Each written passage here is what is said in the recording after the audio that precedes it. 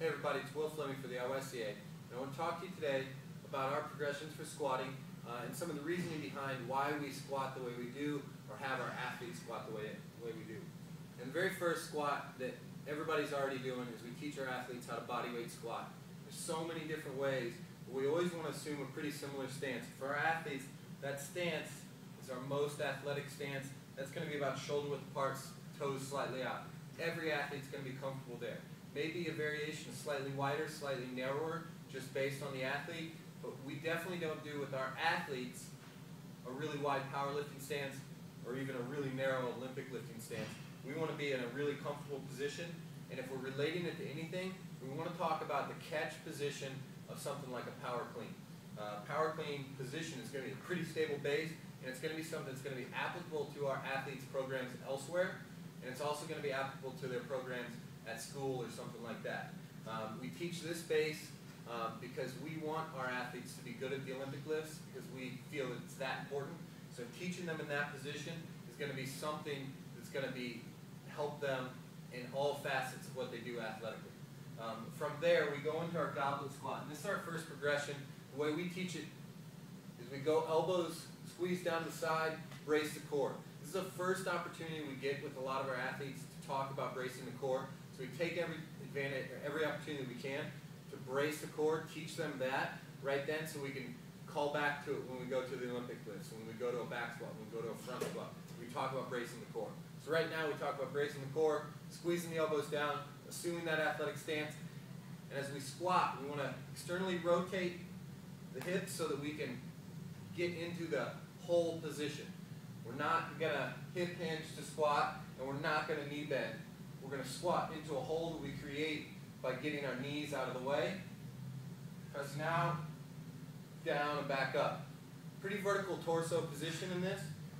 This is going to assist in the Olympic lifts, it's going to assist in front squats, it's going to assist in back squats later on. If we can get athletes comfortable with squatting with a vertical torso. From there, we go into our front squats. Front squats are huge for our athletes to improve on their Olympic lifts. Got a training bar right here. In our front squat position, the width is going to be, for grip, is going to be as wide as it takes to wiggle their thumbs by their hips. This is our clean grip position. This is why we do front squats as an assistance exercise for clean, so we're going to try our hardest to get to this rack position. From there, same stance, vertical torso, squat down the hole, come back up. Our next progression is going to be a back squat. Real quickly, when we're talking about back squats, we want to talk about the two major setups. We'll talk about a really high bar position and a really low bar position. So our high bar position is going to be the traditional Olympic lift, up resting on top of the traps up here. Low bar is going to be down, just middle of the shoulder blade, powerlifting style, wider stance. We're actually kind of take the middle ground on that. Really high bar position for athletes that are taller, going to be really difficult. They're going to have the bar further away from the base of their spine. It's going to have more chance of back injury. Low bar is really difficult on a lot of people's shoulders. So what we do is we tell our athletes to squeeze the shoulder blades back, squeeze them tight together and back, and rest on the shelf that's created when the shoulder blades hit together. Okay, so we're not really high up here and relaxed. We're not down low. We're right in the middle right here.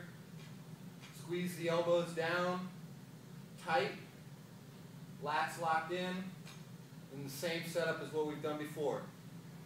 By choosing a middle bar position, not the extremely high bar position or extremely low bar position, we can use the same technique for squatting that we have with the goblet squat and the front squat.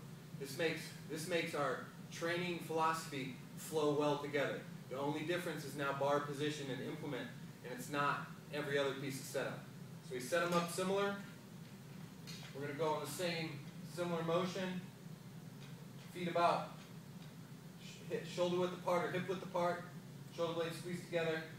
Elbows down so the lats are turned on. Press the knees out. Squat on the hole. Try and maintain a pretty vertical torso position. Right here. Squatting is such a unique thing that a lot of athletes are going to have a lot of small variations.